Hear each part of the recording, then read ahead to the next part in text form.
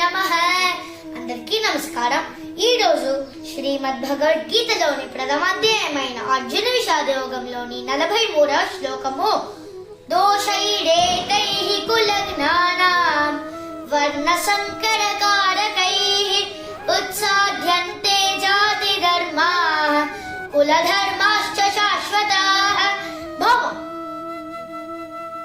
అర్జునుడు శ్రీకృష్ణుడితో ఇలా పలికెను, ఓ కృష్ణ, వర్ణ సాంకర్యముకు కారణమైన దోషాల వలన మన సనాతన కులధర్మాలు మరియు జాతి ధర్మాలు నశించిపోవును.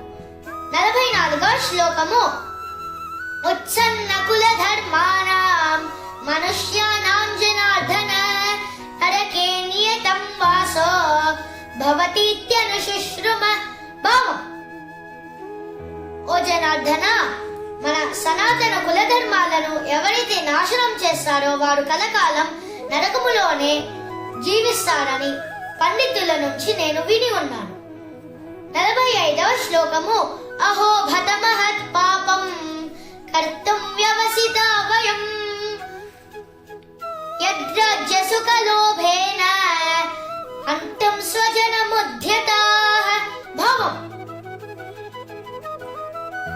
అయ్యో, ఎంతటి ఆశ్చర్యం! మనకి తెలిసి కూడా ఎంతటి మహాపాపం చేస్తున్నాం. కేవలం రాజ్య సుఖాలపైన కాంక్ష ఉంది. నా సొంత బంధుమిత్రులనే చంపడానికి సిద్ధపడి ఉన్నాను. ఓం శ్రీ పరమాత్మనే